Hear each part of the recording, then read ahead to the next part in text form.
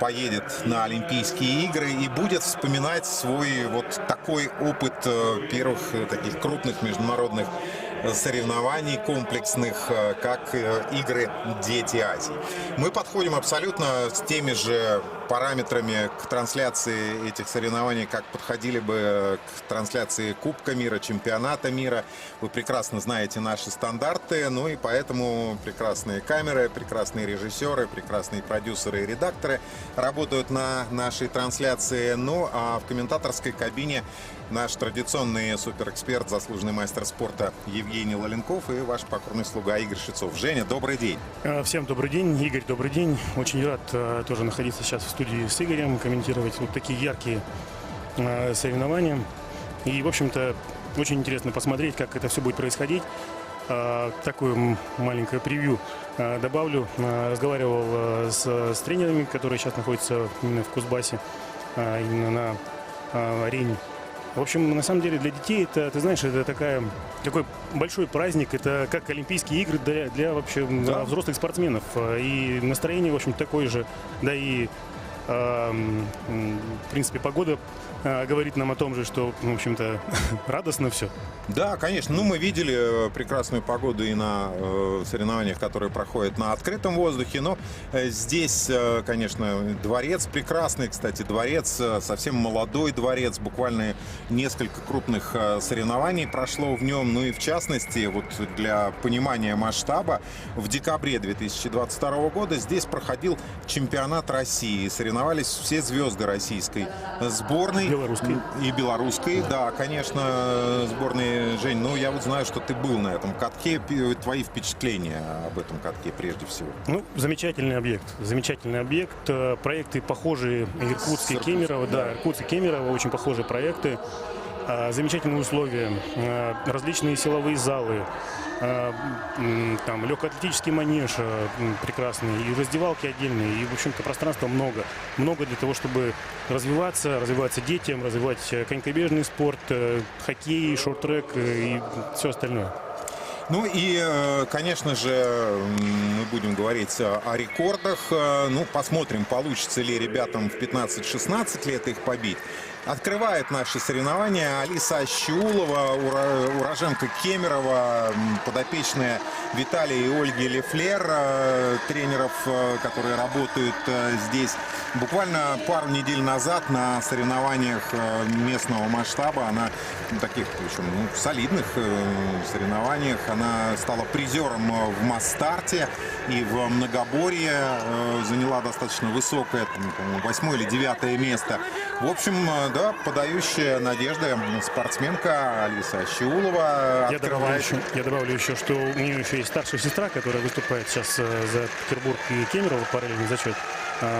Алина Ащиулова. Да, то есть это семейные уже традиции. Да. Ну и вот первый результат игр «Дети Азии» в конькобежных соревнованиях.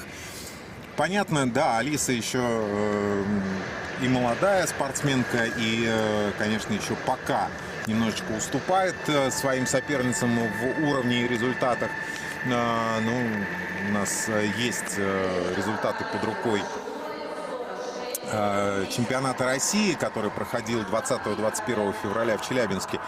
Первенство, да, конечно, первенство России среди юниоров вот этого возраста. Но вот Алиса Ащиулова еще не отобралась на эти соревнования, но вот как раз благодаря результатам, которые она показала буквально неделю назад, уже на следующих стартах она сможет присутствовать и соревноваться с сильнейшими.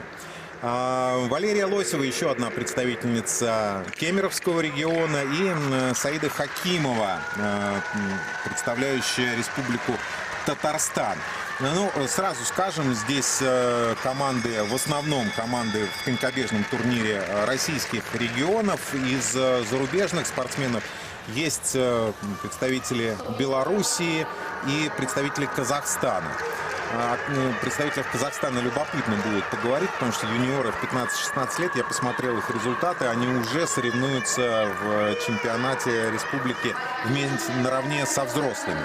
В частности, вот, ну, те, кто побежит, Аиза Рымбек, Екатерина Ларионова в следующих парах, они вместе с Екатериной Айдовой, например, выходили на дорожку в одних соревнованиях.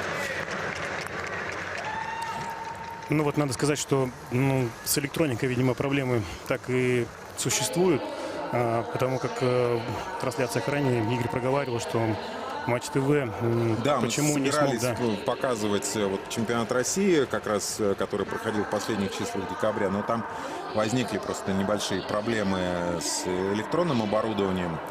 Ну, здесь результаты просто не останавливаются. Пока я думаю, что наши коллеги в Кемерово все наладят.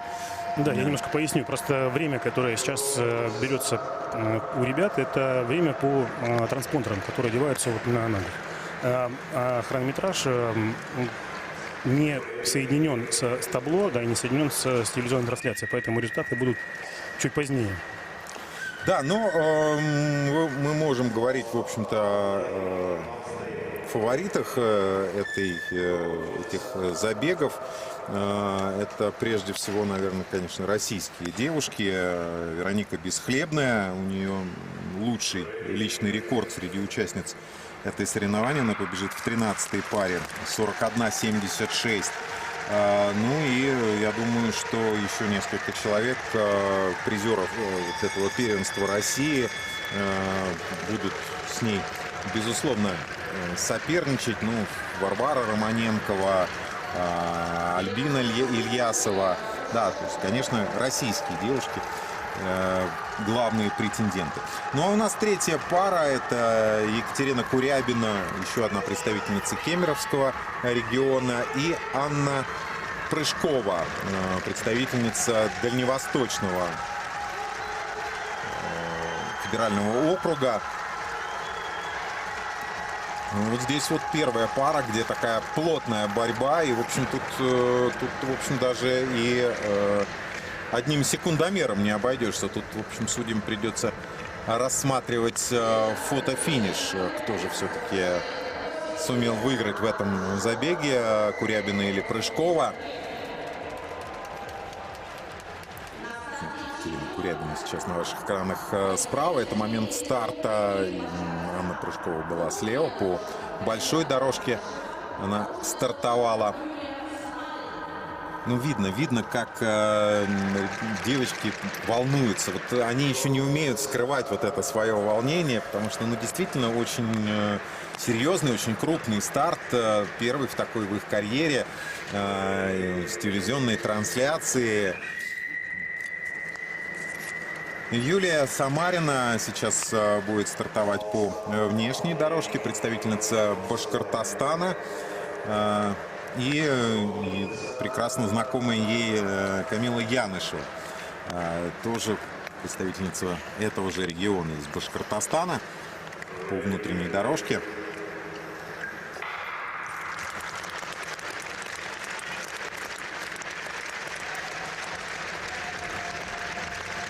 Да, безусловно, высокий уровень соревнований, конечно, заставляет участницев понервничать. Но, тем не менее, посмотри, как бы девушки собираются и выходят на старт. Да, пока вот вот мы видим разбеги из 12 секунд. Да, конечно, там на Кубке мира, когда мы говорим о лидерах мирового сезона, там разгоны. Ой-ой-ой, какое падение досадное, да. Причем на прямой. Ну, вот это как раз от волнения. Это вот однозначно совершенно, потому что лед свежий, лед еще не побитый, да, его побитого и не будет. И, конечно, просто вот от того, что зажаты были мышцы, от того, что очень большое напряжение было у стартовавшей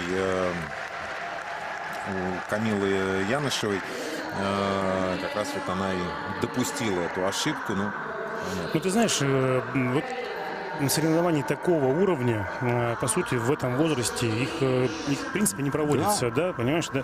И вот в целом хочу сказать, что участники не так много бегали под крышей, да, в основном в этом возрасте, особенно если мы берем там Башкортостан, там, это все на открытом воздухе происходит, поэтому быстрый лед, он предъявляет некоторые другие требования, вот, поэтому могут происходить вот такие ошибки. Ну вот первая зарубежная участница у нас на этом турнире. Это Ирина Войценкова из Белоруссии и представительница московской команды Дарья Пиманова. Ну, у Войценковой 45-88 личный рекорд июня 2008 года. Спортсменка в Минске, на катке в Минске она его установила. Ну, в основном как раз девочки белорусские, они как раз в Минске все отличались. А у Пимановой 43-69 в марте 2022 года. Личный рекорд был установлен в Коломне.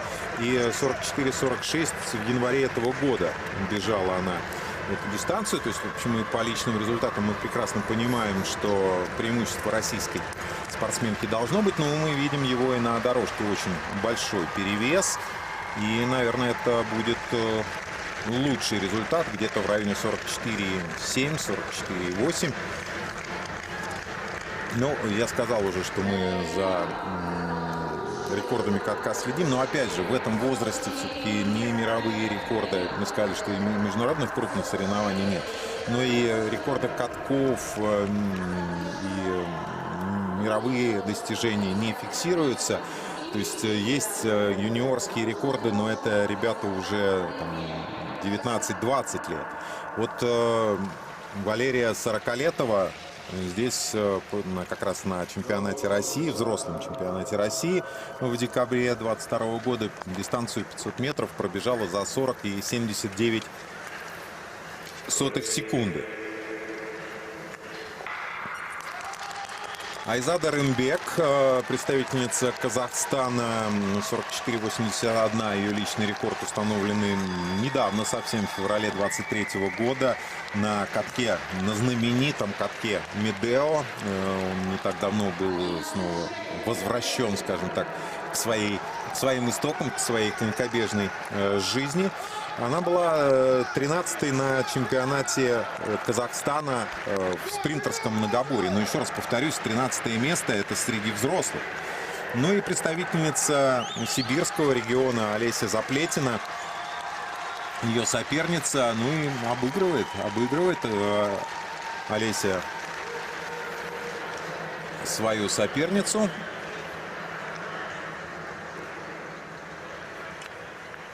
В этой паре. —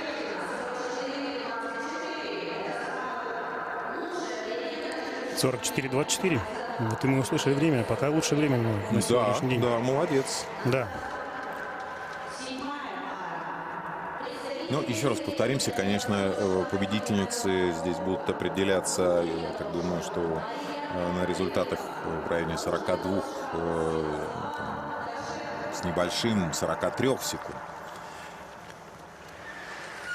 Мария Рыбникова, еще одна представительница, две сразу представительницы Дальневосточного федерального округа, Мария Рыбникова и Святослава Дорошенко. Рыбникова стартует по внутренней дорожке и Святослава Дорошенко по внешней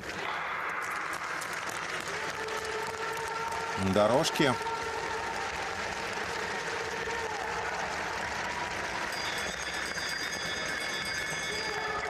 Так, старт выигрывает Рыбникова. Чуть совсем, ну, буквально на пару десятых секунды опередила она свою соперницу.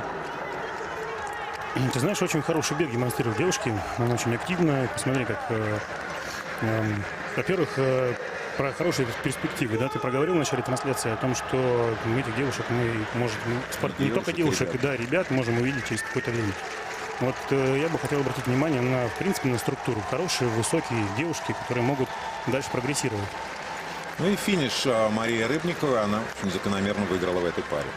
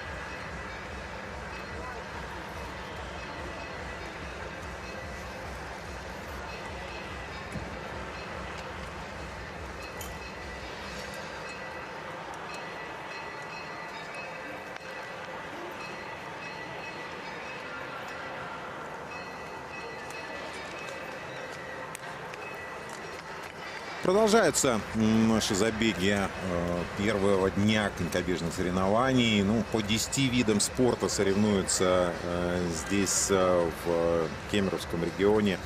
Не только в Кемерово, но и в Таштаголе, в Шерегеше. Ну, сразу в 4 городах региона проходят эти игры. Это, в общем, тоже уникальное достижение соревнований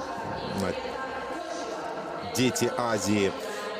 Ну, они вообще проводятся с 96-го года, но вот зимние соревнования только второй раз.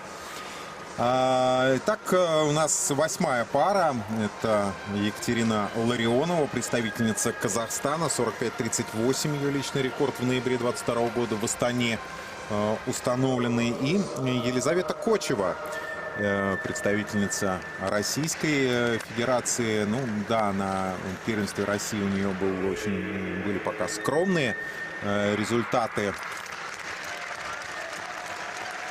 45-47 ее личный рекорд. Она как раз все свои рекорды установила на катке в Иркутске. То есть она по сути, этим катком очень хорошо знакома, потому что когда мы сказали, что это по сути по одному и тому же проекту построены два катка в Сибири, в Иркутске и в Кемерово.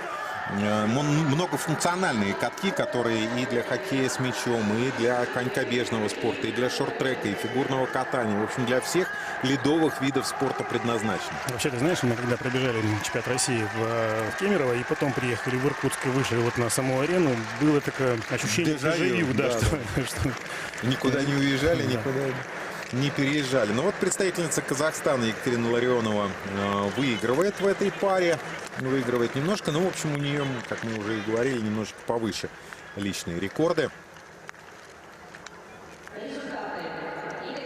Хотя, наверное, над стартом еще надо поработать. Ну, опять же, мы говорим, по юниорам практически нет вот такой вот жесткой специализации. Да? Если мы смотрим там этапы Кубка мира, чемпионат мира, там мы понимаем, что вот этот человек специализируется там на дистанциях 500 и 1000 метров, этот на длинных дистанциях, этот на средних. В юниорах все-таки вот такого уже четкого разделения нет, и ребята обычно бегают там все 4 дистанции, но у юниоров, понятно, нет самых длинных дистанций, там 5000 метров у девушек и 10 000 метров у мужчин, но такое малое многоборье, да, получается 500, 1000, 1500 и 3000 метров. Но все равно, да, с учетом того, что подготовка идет к юниорскому основному составу, да, там приходится бегать и 3, и 5, это все будет позже, блин.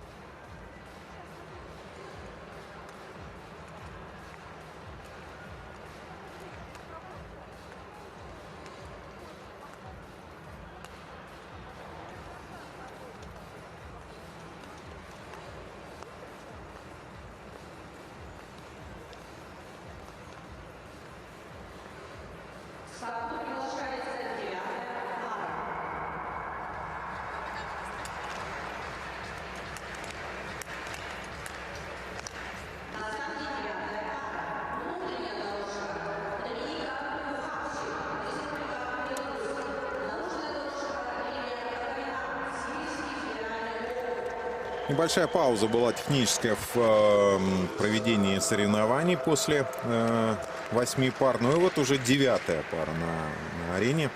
Доминика Кухарчук, представительница Белоруссии. Совсем недавно ей 15 лет исполнилось.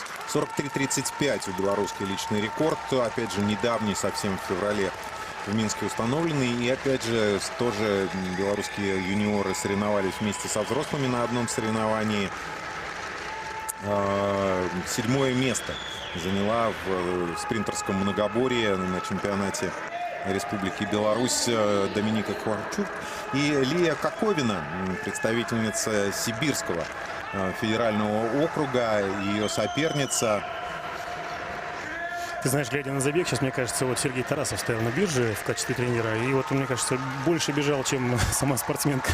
Ну, Лия Коковина 9-й была на первенстве России среди юниоров. Ее лучшие результаты, ну, по местам были на дистанциях 1500 и 1000 метров. На 500-ке она вот на этом первенстве России была 12-й. 2 недели назад 43-37. Результат она показала. Ну и здесь очень неплохой старт относительно белорусский. Ну, потом немножечко отдала своего перевеса Лея, но тем не менее все равно сумела выиграть в паре. Но, может быть, еще немножко надо над выносливостью поработать, как это не странно звучит для дистанции 500 метров, но когда ты бежишь на максимум, да, силы порой очень быстро заканчиваются. Ты знаешь, все равно нужно уметь и катиться тоже, даже Конечно. на 500. Понимаешь, все равно очень тяжело бежать всю дистанцию. Поэтому, может, тут вот, ты правильно сказал, что над техническим исполнением... Нет, ну мы не говорим, мы здесь все-таки немножечко с другими критериями подходим, да. потому что в 15-16 лет это еще, скажем так, не бриллианты. Это еще камни, которые надо гранить и гранить, над которыми предстоит еще изрядно поработать. Варвара Глухова, тоже 2008 года представительница Казахстана. И Виктория Федорова, кемеровская спортсменка по внешней дорожке, стартовала у Варвары Глуховой 43-38. Тоже хороший очень для этого возраста, для 15 лет личный рекорд. И прокат, наверное, чуть-чуть побольше у Виктории Федоровой. Немножечко зажат шаг у Варвары Глуховой. Ну и посмотрите, молодец Федорова, что борется в этой паре и выходит даже с небольшим перевесом на финишную прямую. Здесь плотная борьба до самого конца. Нет, все-таки представительница Казахстана Варвара Глухова в этой паре выигрывает. 43-12. Результат Варвары Глуховой. Ну, это ее личный рекорд. На 26 сотых быстрее, чем в декабре прошлого года в Астане она бежала. Так что, ну, посмотрите, каток в Астане — это каток, на котором проводились самые крупные международные соревнования. Каток уже достаточно известный и давно существующий. Ну, достаточно давно. И здесь понятно, что юниоры прогрессируют порой день ото дня, да, и могут каждую неделю личный рекорд устанавливать. Но, тем не менее, четверть секунды сбрасывает со своего личного рекорда Варвара Глухова. Да и у Виктории Федоровой, по-моему, личный рекорд. Но сейчас вот всех результатов нет под рукой.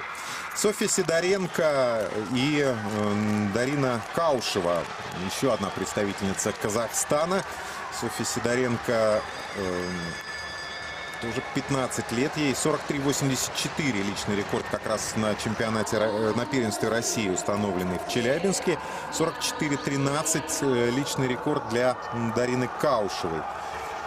Ну, Софья Сидоренко свой лучший результат на чемпионате России показала на полуторке. Она стала 8-й на первенстве России. Первенстве России, да. Ну, для этого возраста это, по сути, был главный чемпионат.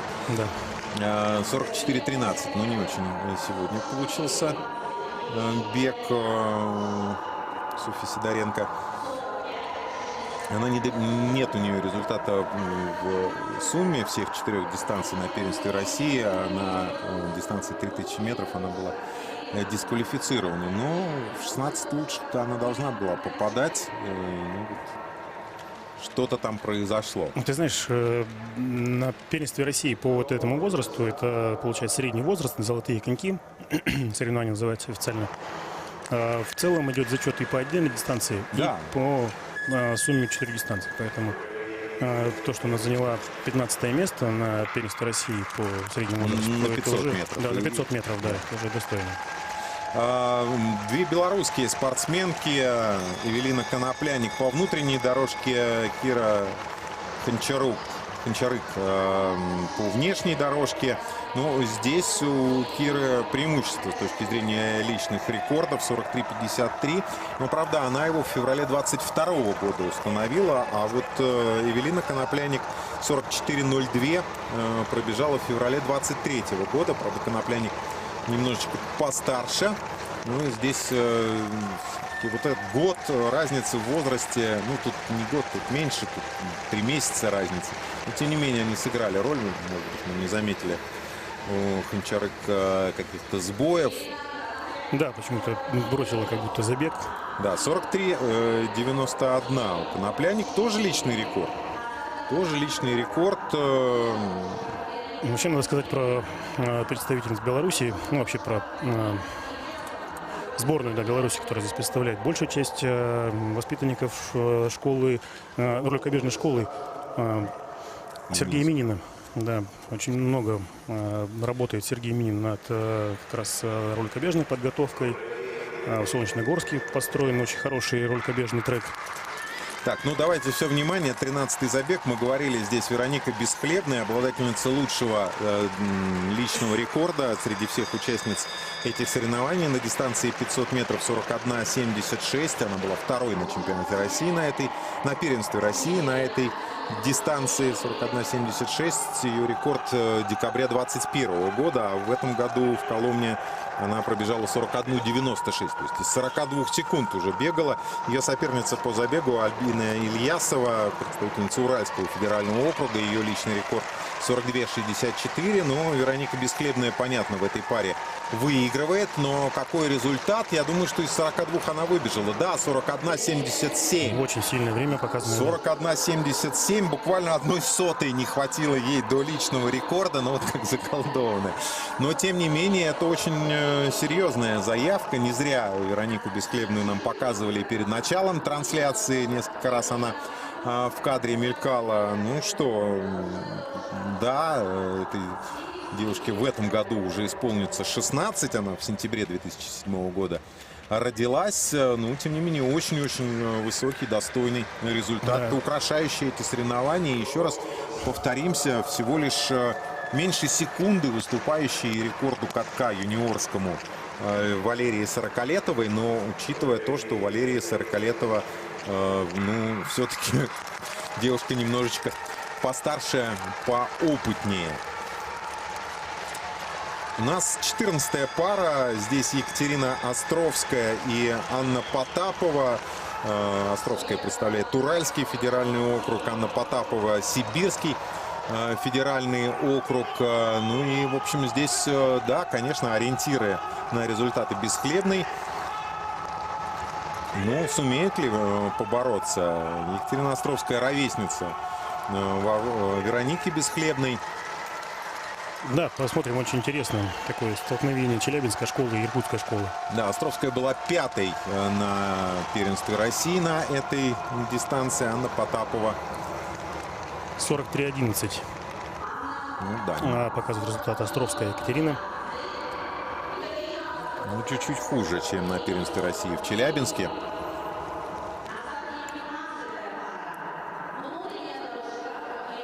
И Анна Потапова немножечко ей уступает. Ее, кстати, личный рекорд был здесь, в Кемерово, буквально 2 недели назад установлен. 42-87, но сегодня его улучшить не удалось. 15-я предпоследняя пара. Ева Букина по внутренней дорожке и Милана Николь Кудряшова по наружной дорожке. Представительница Москвы. Букина представляет Уральский федеральный округ. Близкие очень личные рекорды. 49,90 у Букиной и 49,95 у Миланы Николь Кудряшовой. Ну, вот разбег 11,45. Так, а почему нет? Сказали Полину Митрехину и Варвару Зайкову титр. Мне казалось, что... Нет, должна быть Букина, да, и Кудряшова на дорожке. Да, ну, думаю, московская, что да, Милана Николь Кудряшова, московская спортсменка. Ну да, тут, знаешь, в чем, скажем, сложность, да, в том, что следующий аппарат именно такой же тоже, регион, да, также Уральский федеральный округ и центральный. Вот Алексей Зуйков на тренерской бирже, тренер как раз Вероники Бесхлебной. И, собственно, Кудряшова Милана Николь. Ну и хочу сказать, что девушки, скорее всего, попробовали и московский лед, когда он уже еще был на тот момент. Ну да, начинали свое да. обучение, да, на катке в Крылатском. Ну, мы надеемся, что и у следующих поколений. Так, ну и вот заключительная пара, значит, все правильно, ничего не перепутали. То были Букина и Милана Николь Кудряшова, а вот здесь... На ваших экранах сейчас Варвара Зайкова и ее соперница Полина Митрехина, победительница первенства России недавнего как раз в многоборье. Но, правда, свои лучшие результаты она показала на средних и длинных дистанциях. На 500-ке была 9-й, 43.10. Личный рекорд у Варвары Зайковой 43.20. Личный рекорд. Да, но на первенстве России в Челябинске это было 44-16 и 23 место на 500. Ну вот по забегу, посмотрите, Зайкова потихонечку начинает выигрывать, да, лидировать. Ну, я думаю, что Полину Митрейкину мы еще увидим как раз, ну и сегодня на полуторке, и завтра на дистанциях 1000 и 3000 метров. Ну, да, понятно, здесь много достаточно проиграли лидеру. Ну и...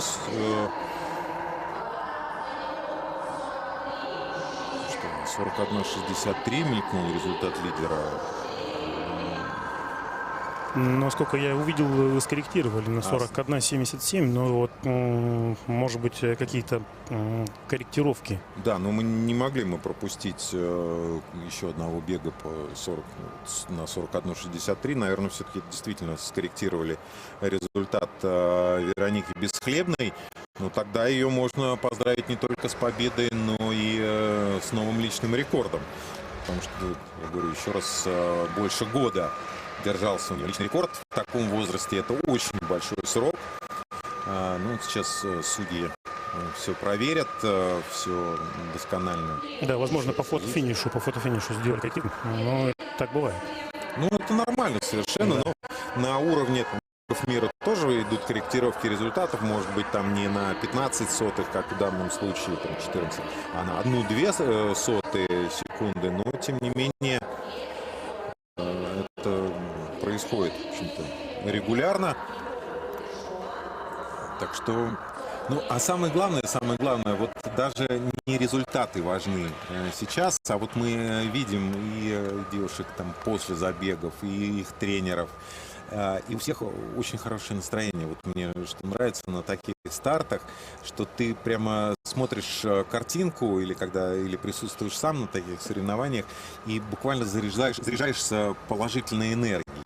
И зрители, посмотрите, как много пришло. Ну, скажем, что проход на все соревнования на играх Дети Азии бесплатный, только на церемонию открытия и церемонию закрытия продаются билеты, а во всех остальных случаях можно прекрасно прийти поболеть за юных звездочек, запомнить уже себе какие-то имена в тех или иных видах спорта, чтобы потом, когда они уже станут мировыми звездами, болеть и вспоминать. А вот в феврале 2023 года мы видели ее первые международные старты.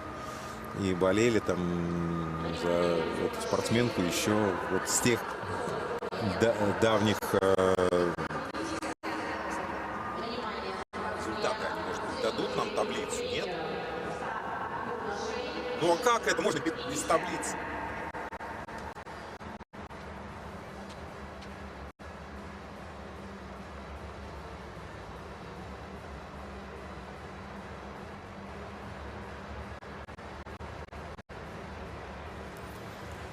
И вот окончательные результаты. Да, Вероника Бесхлебная, Альбина Ильясова и Милана Николь Кудряшова становятся призерами этих соревнований. Игры «Дети Азии». Вторые зимние соревнования и первые в Кемеровском регионе. Ну что ж, Веронику Бесхлебную мы не зря подозревали в том, что она фаворит этих соревнований. Да, поздравляем. Ну, на самом деле, мне кажется, ожидаем. Мы, в принципе, уже анонсировали, что Вероника лидер этих соревнований. В общем-то, ожидаемо. Но очень приятно, что... И поздравить ее с Да, что победой. просто прогресс есть.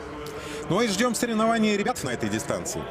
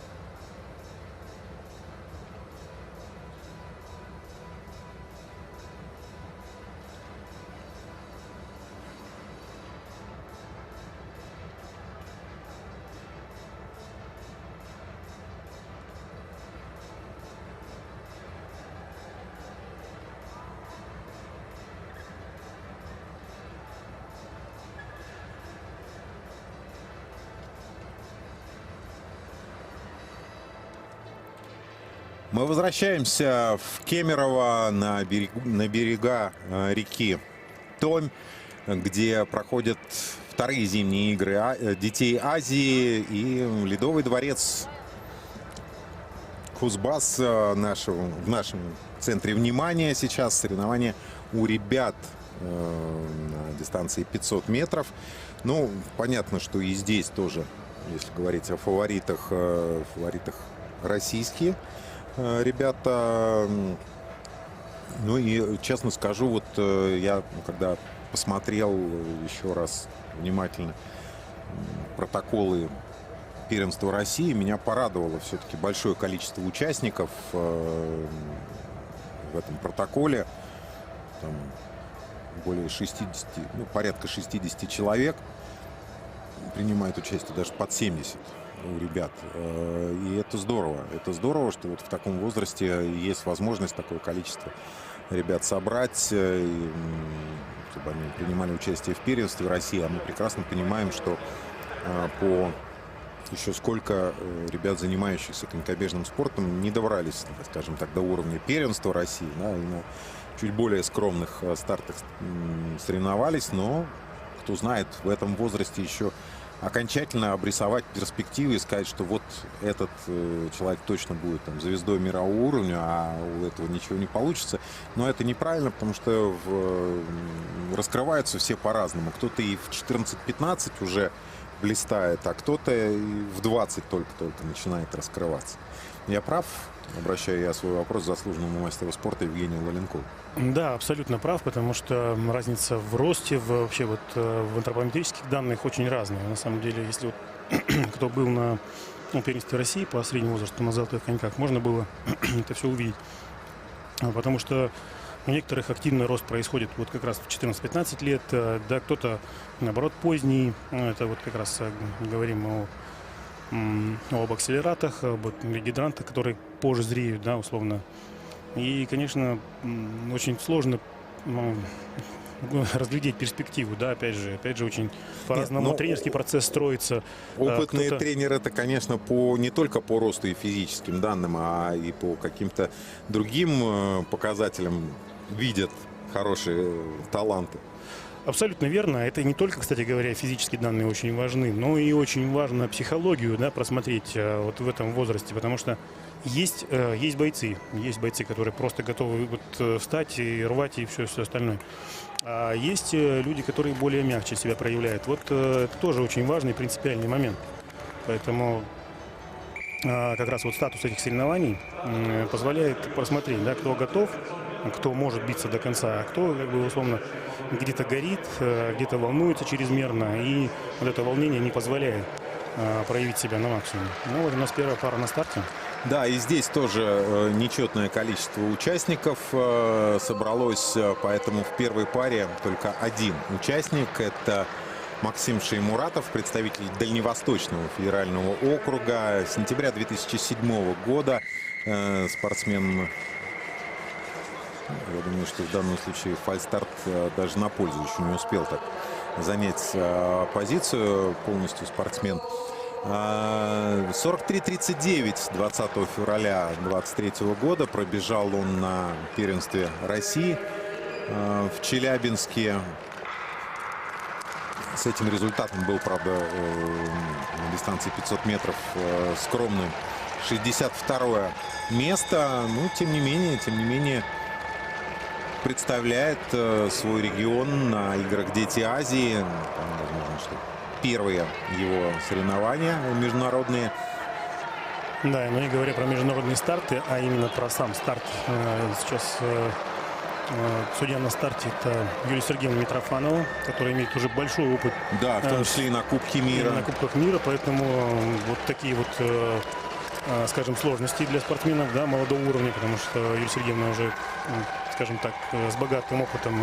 Ну и главный судья этих соревнований Анна Нигаматуллина. Это да. же тоже судья мирового уровня. Да, я просто потому, что очень волнительно для людей. Да, для ребят, да. Да, потому что требования стартера очень высокие. И, в общем-то, бывают вот такие вот укладки с фальшстартами. Не готовы они еще, или, может быть, еще пока не знают, каким образом нужно держать стартовую позицию. И, Ну, безусловно, в данном это случае некоторые- после заливки льда, может быть, даже и хорошо, что Да, да. лишние там секунд 15-20, чтобы встал лед, чтобы пожестче был лед. Это нормально совершенно. Два представителя Кемеровского региона, Никита Горобченко и Артем Серафимов. Горобченко стартует по внутренней дорожке, а Артем Серафимов по внешней дорожке. Да, тренер обоих представителей Кемеровской области Виталий Лефлер. Да, Вот сейчас, я думаю, что мы его увидим на переходной прямой. Очень хороший разгон. Вот Виталий как раз. Вообще, надо отметить, очень богатое, очень широкое представительство Кемеровской области вот на именно этих соревнованиях. И я хочу сказать, что это очень хороший знак, хороший признак, что школа работает. И да, при том, что это мы говорим... Ой, падение. досадное падение очень резко поставил на внешнее ребро. Да, перевалился просто. Да. Ну, главное, что никаких травм. 44-36. Это все-таки Никита Горобченко. Это не Дмитрий Архипов. Да. Немножечко у нас титры убежали вперед на одну пару. Да, конечно, мы понимаем, что вот ребята еще такие выглядят щупленькими для спринтеров. Да? Мы привыкли, когда спринтеры там, на дистанции 500 метров, это мощь, огромная мускулатура. Да? Ну, сейчас, в последнее время, конечно, меньше. Это если вспоминать вообще там, 80-е годы, когда на открытых катках соревновались. Ну, а возвращаясь к твоим словам о представителях Кемеровского региона, да, то есть мы понимаем прекрасно, да, мы говорим, что замечательный дворец, но этот дворец, по сути, второй сезон существует, да, и здесь им можно там заниматься, соревноваться. Но до этого, значит, ребята на открытом льду росли, и у них остался интерес. А сейчас, когда они в свое распоряжение такой великолепный дворец получили, ну так значит еще будут. И новые ребята придут в секции, и те, кто уже занимается, соответственно, получат возможность расти еще быстрее, больше проводить времени на льду, вне зависимости от того, какая погода. Знаешь ли, вот как раз с Виталием в декабре мы обсуждали этот вопрос. Да, был открытый лед, вот буквально недалеко от Кузбасс-арены был открытый лед, и они там тренировались, и, в принципе, достаточно недалеко. И, то есть вот вся та группа, которая у него была на открытом катке, она переместилась вот сюда. Но были небольшие проблемы с транспортной логистикой, потому что новый каток построен немножко, скажем так, в отдалении, да, от жилого массива. Но сейчас отладили транспорт и, в общем-то, хорошая доступность. Ну, это здорово, что руководители региона подумали не только о том, как построить дворец, но и о том, чтобы всем было удобно туда добираться. Это здорово, это очень приятно. Дмитрий Архипов и Артем Антонюк. Это уже два представителя Дальневосточного федерального округа. Ну, обидно, конечно, Дмитрий Архипов сейчас не удержался в повороте, но хорошо, что не помешал своему напарнику по забегу Артему Антонюку закончить дистанцию.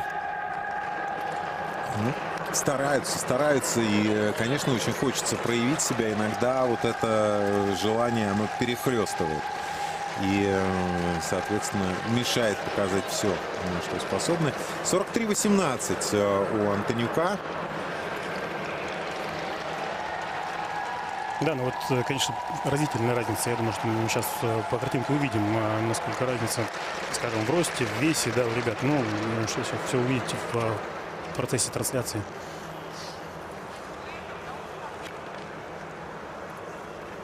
Ну и хорошо, что вот есть такая возможность, да, поучаствовать в этих соревнованиях. Просто побыть в этой атмосфере, почувствовать ее. Опять же, быстрый лед. Я думаю, что под эти соревнования ледовары подготовили прекрасный лед, поэтому это такой очередной опыт для ребят.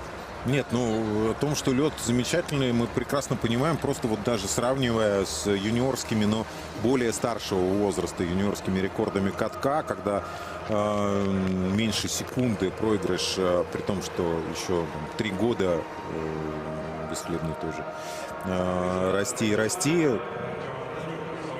Это здорово. Это значит, качество льда очень-очень хорошее. При том, что мы знаем, опять же, да, молодые катки, они несколько лет, скажем так, приходят к своему лучшему состоянию. Да, во-первых, просто это совершенно невозможно отследить и заметить, да, но все равно после строительства любого дома, любого сооружения какое-то время еще в воздухе остается абсолютно невидимую глазу пыль, которая осаживается на лед и, естественно, снижает его качество. Это мы проходили на всех даже олимпийских катках. Ну, еще тебе добавлю к этому же, что на этой арене проходило и открытие детей Азии, плюс еще на этом же катке в центре, вот вы можете увидеть на трансляции, в центре, скажем, соревнований по шорт-треку, да, устанавливают коробку, и там видно очертания даже сейчас, вот если вы крупным планом посмотрите. То есть с утра проходили соревнования по шорт-треку, где Юрий Сергеевич от Митрофанова тоже судила соревнования. Ой, надо стоять. Да, Амирбек Абдурахманов, представитель Башкортостана. Ну, здесь два представителя Башкортостана в паре. Лев Никаноров, ну, скажем так, не совсем по-спринтерски бежит, такой затяжной такой шаг. Да, это скорее, наверное, у него лучше получится в такой технике пробежать более длинные дистанции. Но, тем не менее, понятно, из-за сбоя Амирбека Абдурахманова большое преимущество Льва Никанорова.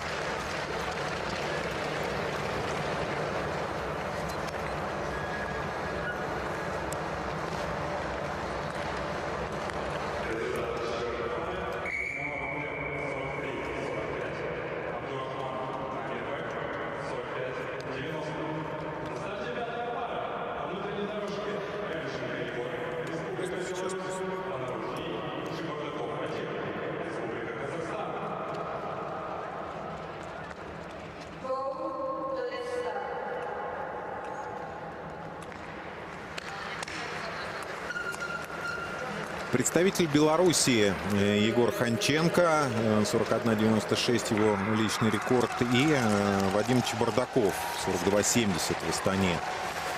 Представители Белоруссии и Казахстана. Но казахстанец Вадим Чебардаков гораздо лучше стартовал. Да, и плюс еще у Ханченко были сбои на старте, но по ходу дистанции посмотрели, добавляет.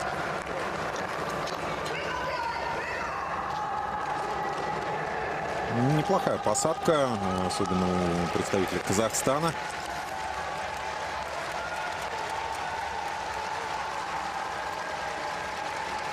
И так здорово он до конца отработал дистанцию. 42.89.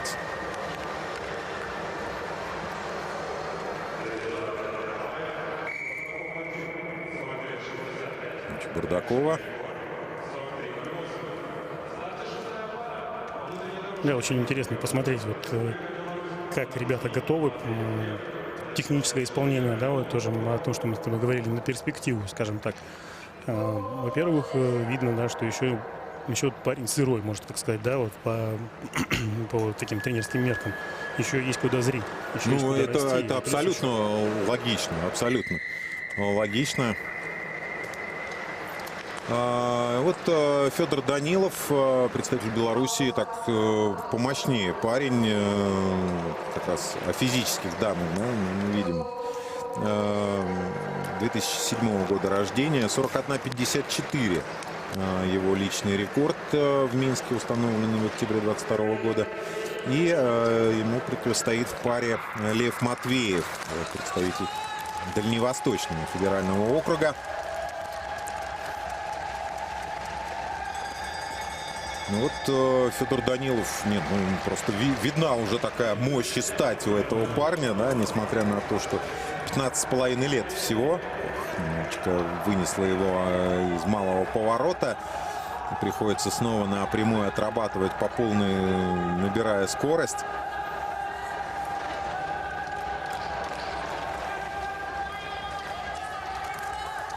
Ну а тем временем Лев Матвеев, вот как раз и воспользовавшись этим сбоем, и может быть потому что чуть-чуть техничнее провел этот забег, практически наверстал стартовое отставание. И очень-очень близко они финишировали.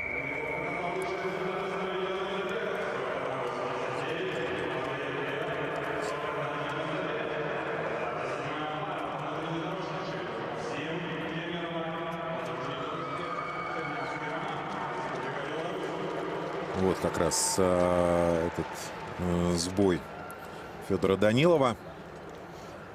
Да, ты знаешь, как бы не было дисквалификации, потому что он... Ну да, пересек фишки, но он выскочил все-таки на внешний радиус. Он преимущество-то уж никак не получил. Ну, посмотрим, что судьи решат. Максим Шевелев, представитель Кемерово, и его соперник белорус Роман Чернавский. 41-70 у Чернавского, но что-то задержался на старте белорусский спортсмен. Ну и хочу сказать, что у Шевелева это просто очень хороший старт. Да. Да, очень хороший старт. Посмотри, какие резкие движения. Ну, в общем, да, видно, как отсекает, да, каждое движение, как шаг. Как раз видно, что и неплохо попадает в отталкивание. Ну, здесь немножко уже. Ну вот да, на прямой есть небольшие проблемы. Вот видите сами, что ножки не собираются. Но очень хороший поворот был. И вот за счет прямой чуть проигрывает. Ну вот и пока на данный момент лучшие секунды. 41.76. Лучшее время. Подождите секундочку, что-то скорректировали. Надо будет еще раз убедиться.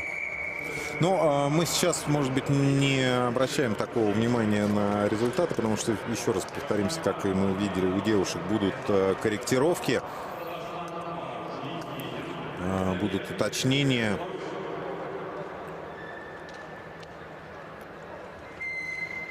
Ну, вообще, надо сказать, что вот конькобежный спорт — это такой сложный координационный вид спорта. И для того, чтобы прийти вот такой мощной, идеальной технике, нужно, конечно, время. Это условно встать на лыжи, да, там, и опять же тоже и на лыжах в то же время это не так просто, но нет такой быстро скользящей опоры. Вот, и в коньках нужно, скажем так, побыть, да, для того, чтобы понимать, обрасти мышцами и все остальное. У нас на дистанции представитель Татарстана Ярослав Рязанов и Радомир Минин из Белоруссии с личным рекордом 41.64 белорусского спортсмена. Беларусь компактнее сидит. Послушай, Радомир Минин — это на самом деле сын Сергея, да, сын Сергея Минина, который являлся тренером сборной команды России, тренером Зуевой Марины. И, ну, собственно, ничего не удивительного.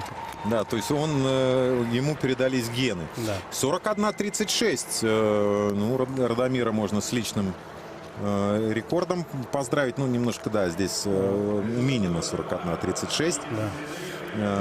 Результат. При том, что Радомиру еще до июля месяца ждать своего 15-го дня рождения. 14 лет. Этому парню, ну, технически действительно очень-очень здорово подготовлен. Наверное, вот из тех, кто уже пробежал дистанцию,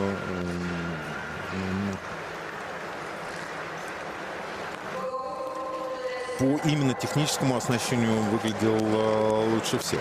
Андрей Елисеев, представитель Уральского федерального округа, и Григорий Слесаренко из Казахстана. 41.32 пробежал он. Обидно, да. В стиле Джереми Уотерспуна. Да, это, конечно, лестное сравнение для столь молодого спортсмена. Держать поворот. Сумел справиться Андрей Елисеев.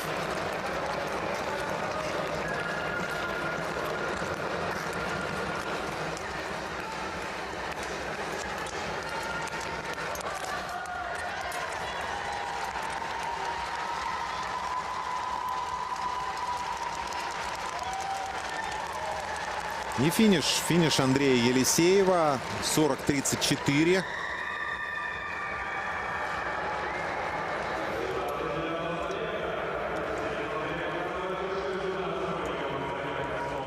Ну, Ну, 40-48 у Андрея было на первенстве России. И 40-35 в ноябре 22 года личный рекорд он установил в Челябинске. Так что 40-34. Ну, а если еще чуть-чуть подкорректирует, точно можно Андрея поздравить с личным рекордом. Да, да и, в общем-то, и по бегу тут есть резервы. Можно было чуть плотнее пробежать повороты, чуть ближе к бровке. Соответственно, уменьшить для себя радиус и еще секунды было Но быстрее. уменьшая радиус, ты увеличиваешь центробежную силу. Это Тут естественно. удержать Тут бы надо этот справлять, радиус. да, тут надо справляться с этим давлением, конечно. Нужны силовые усилия. И понятно, что, может быть, не хватает пока, скажем так, сил. Но все еще впереди. Нет, конечно, сейчас эти ребята все еще будут прибавлять, скажем так, в мышечной массе. И ребята, и девочки будут осваивать все новые и новые технические рубежи. Конечно, там, мы увидим через год-другой даже в их же исполнении совсем другой бег.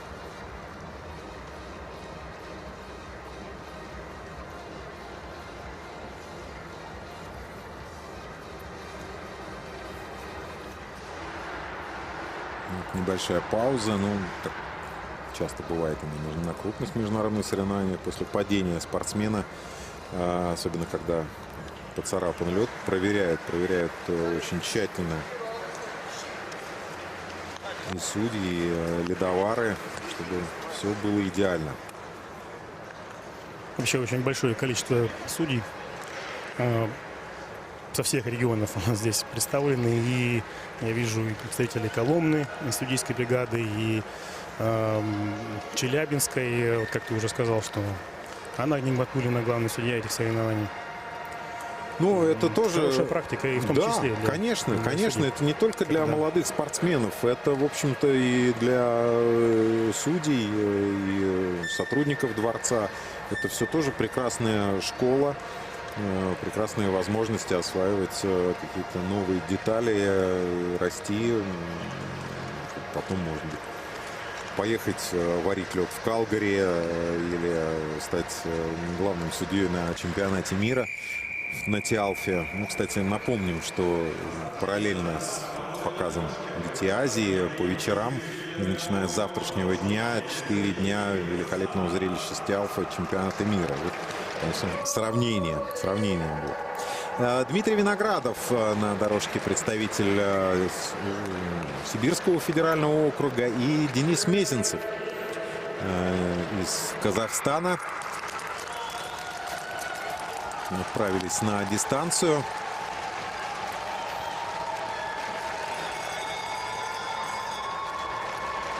Дмитрий Виноградов был 17-м на первенстве России на этой дистанции с личным рекордом 40,35 секунды. В феврале буквально вот недавно совсем отпраздновал свой 15-й день рождения. Большое преимущество Дмитрия в этом забеге. Подотстал немножечко. Чуть-чуть бы еще на финише. Но, тем не менее, 40,51 секунды. У ребят, конечно, поплотнее конкуренция, повыше результаты. И нет такого большого разброса, как у девочек. Но это вполне логично, да, и участников, ну, здесь на соревнованиях участников, понятно, ограниченное количество, а если вот там смотреть первенство России, да, понятно, что у ребят побольше собирается, нежели девочек, поэтому результаты плотнее и выше. 11-я пара здесь представитель Москвы Матвей Савенков и Серафим Вижик из Кемерово.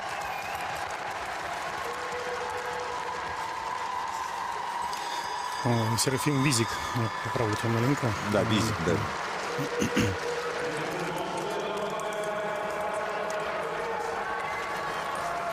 .48 секунды личный рекорд Савенкова. В Коломне в январе этого года установил, ну что, посмотрим, как у него сегодня сложится забег. Но здесь плотная плотная борьба. Москвич немножечко уступает. Да. 40-75. Результат, да, Визика Серафима.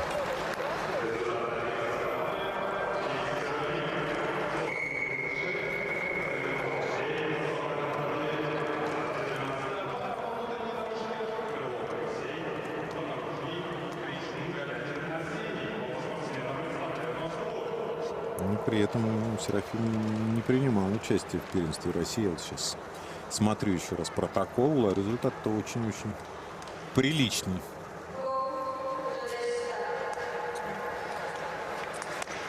В третьем десятке был бы на первенстве России.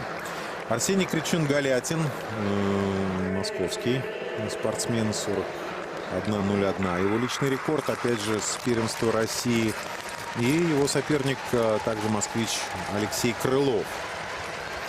Ну, московская сборная здесь представлена не только в конькобежных соревнованиях, но и вообще во всех очень серьезной командой. И не зря уже за первые дни соревнований успела сформировать лидерство в медальном зачете. Ну и вот еще одна золотая медаль от Вероники Бесхлебной добавилась для московской команды.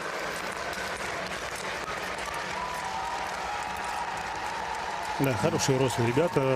Ну, Арсений выигрывает в этой паре. 41.07. Это финал. Нет, 40-81. Да, да. Ну, 0,2 с личного рекорда двухнедельной давности. Так, и еще не только о росте спортсмена, ну, в смысле, повышении его навыков, но и о качестве льда. Кемеровский лед, мы понимаем, что ничем не уступает и челябинскому льду. Да, челябинский лед очень-очень неплохой. Мы тоже знаем прекрасно, какая в общем, в Челябинске команда работает над производством льда для конькобежных соревнований. Даниил Борисов и Александр Антонов сейчас на дорожке. Борисов из Сибирского федерального округа, из Уральского федерального округа Александр Антонов. Но эти ребята уже из 40 секунд имеют личные рекорды. Причем, ну вот, уже приближаются даже к рубежу 39 секунд в своих личных свершениях. Даниил Борисов в Челябинске пробежал 39.07. 39.17. Личный рекорд Александра Антонова с ноября 22 года. Тоже в Челябинске, кстати. Так что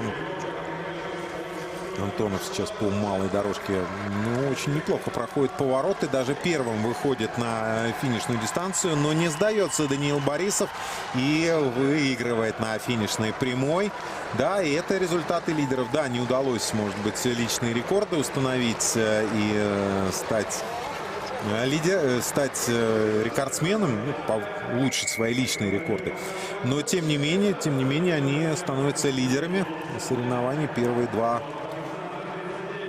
результата сейчас в турнирной таблице. Ну, понятно, что с каждой парой ребята все сильнее и сильнее. У нас через одну пару побежит Кирилл Батюшкин, который вот-вот и 38 секунд в личном рекорде разменяет. Так что посмотрим. Но, тем не менее, хорошее достижение. Алексей Плешков сейчас на дорожке. Также вот соперничество Уральского и Сибирского федерального округа. Алексей Плешков уралец и Юрий Фогель из Сибирского федерального округа. И тоже личные рекорды в районе 40 секунд. 40.04 у Плешкова, 40.14 у Юрия Фогеля. Оба этих результата были показаны в Челябинске. Но у Фогеля на первенстве России, а у Плешкова в январе 23 года, чуть-чуть пораньше. Да, ну вот интересно, воспитание детей. Да, две школы, Уральская, Челябинская школа конкретно. И, в общем-то, Иркутская. Тренер Тарасова Ольга Николаевна работает как раз в Иркутске на Байкал-арене. Да, Юрий Фогель выигрывает этот забег 39.64. Фогеля можно поздравить. Впервые в своей карьере разменял 40 секунд. Отлично. Ну, еще к разговору о... при том, что Фогель, прости, я тебя перебью, вот самый юный как раз участник этих соревнований, он в июне 2009 года только родился, ему 14 лет нет. Да, ну и я хочу сказать, что специалист больше на длинной дистанции, потому как на первенстве России он выиграл 3000 метров. То есть мы его еще увидим на дистанции 1500 метров. Я думаю, что там будет немножко поинтереснее картинка, нежели чем на дистанции 500 метров даже. Ну, так, следующая пара на старте. Как раз Кирилл Батюшкин, представитель Иркутска, и Михаил Матрюхин. Матрюхин, да, Михаил. Да, здесь в паре сложно представить себе борьбу. Представитель Казахстана 2 с лишним секунды в личном рекорде уступает Кириллу Батюшкину. Кирилл Батюшкин был вторым на первенстве России на этой дистанции. Уступил только Владиславу Смолину, который здесь не выступает на этих играх.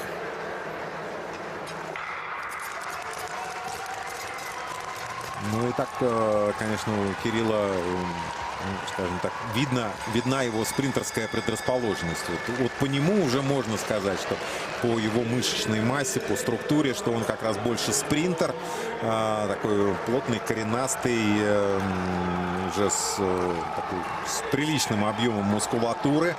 Ну, не зря, в общем, обладает таким высоким личным рекордом. Посмотрите, какое большое преимущество его над Михаилом Матрюхиным. Да, ну и разница, конечно, в антропометрии видна. Да. Невооруженным глазом. 38-26, ну, 38-32 скорректировали результат. Ну, 0,3 до личного рекорда не хватило Кириллу Батюшкину. Но, тем не менее, это на 0,3 быстрее, чем 2 недели назад в Челябинске. Все-таки, ну, не каждый день устанавливать личный рекорд. Ты знаешь, я да, спешу, конечно, стоит, не то, что спешу, так скажем, в опровержении некоторые. Опять же, крупные соревнования вот такого формата, да, это большой стресс для ребят. Конечно. И поэтому конечно. вот тут может быть такое некоторое волнение. Нет, ну и потом, может быть, было бы больше соперничества в паре, наверное, был бы повыше результат. Заключительная пара: Матвей Бажанов и Равшанбек Нишанбаев, представители Уральского федерального округа. У этих ребят по 39 с небольшим личный рекорд. 39-43 у Матвея, 39-98 у Нишанбаева. Ну, и если у вас закралась мысль, а не родственник ли это Светланы Бажановой, то вы абсолютно правы. Это племянник олимпийской чемпионки по конькобежному спорту. Ну и ее младшего брата Никиту Бажанова любители конькобежного спорта тоже помнят. Ну и вот как раз Матвей Бажанов, тренирующийся сейчас в Москве у Юрия Петрова, некогда наставника Дениса Юскова. Да, Матвей здесь, безусловно, может быть, на дистанции 500 метров фаворитом и не был. На первенстве России он лишь 9-й результат показал. Но для Матвея это не стало препятствием для победы на первенстве России в сумме многоборья, потому что он прекрасно себя чувствует на более длинных дистанциях. Он на первенстве России выиграл и 1500 метров, и был призером и на 1000, и на 3000 метров. То есть, в общем, ну, может быть, стартового разгона, взрыва такого не хватает. А вот на других дистанциях, конечно же, Матвей будет одним из главных фаворитов этих соревнований. Ну, сегодня 40 секунд не разменял. Ну, скорее для него, наверное, это была такая пристрелка и разминка. Посмотрим, что сегодня будет на дистанции 1500 метров. Ребята вот сейчас закончили забеги на 500-ке. Ну и дальше у нас сегодня в программе 1500 метров в исполнении девушек и ребят. Итак, Кирилл Батюшкин, да, мы видим, с большим преимуществом обыгрывает Даниила Борисова. Вот у Матвея Бажанова 39-68. Да, опять же, скорректировали немножко время. Ну, на 0,02 быстрее, чем в Челябинске. Матвея Бажанова. Так что тоже... Нет, ребята большие молодцы. Поздравляем победителей и призеров дистанции 500 метров. Ребят. Да, хорошие очень высокие результаты. И мы видим уже действительно тех ребят, на кого стоит обращать внимание уже и тренерам сборной. Они, безусловно, эти имена тоже знают. Это мы скорее для себя их открываем, но понимаем, что вот есть уже те ребята, которые в скором времени вольются в состав. Ну а у нас очередная подготовка льда, и вернемся к дистанции 1500 метров в нашей трансляции.